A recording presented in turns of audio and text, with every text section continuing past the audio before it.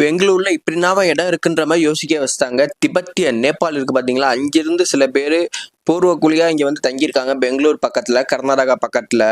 இது பாத்தீங்கன்னா தமிழ்நாடு பக்கத்துல இருந்து வரும். கோயம்புத்தூர்ல இருந்து வந்தீங்கன்னா இன்னும் கொஞ்சம் பக்கமா இருக்கும். திபெத்தியன் செட்டில்மெண்ட் ஏரியான்னு சொல்லிட்டு மேப்ல போட்டீங்கன்னா வரும். லொகேஷன் கீழே கொடுக்குறேன். அம்புத்தும் பாத்தீங்கன்னா ஹிஸ்டாரிக்கல், அவங்க எப்படி அங்க வாழ்ந்தாங்களோ அந்த பிளேஸ் எல்லாமே இருந்துச்சு. சும்மா 4-5 தூண் இருந்துச்சு.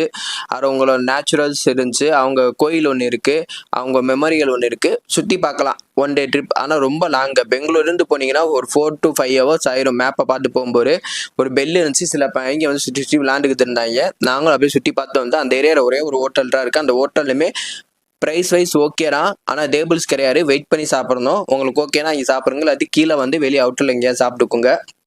ஒன் டே ட்ரிப்பாக நேச்சுரல் வியூ பண்ணி பார்க்கணும்னு நினச்சிங்கன்னா இங்கே போயிட்டு வாங்க. ஓன் வெஹிக்கிள்ஸ்லாம், கவர்மெண்ட் பஸ் எதுவுமே கிடையாது. ஸோ யூஸ்ஃபுல்லாக இருக்கும். போய் பார்த்துட்டு என்ஜாய் பண்ணிட்டு வாங்க.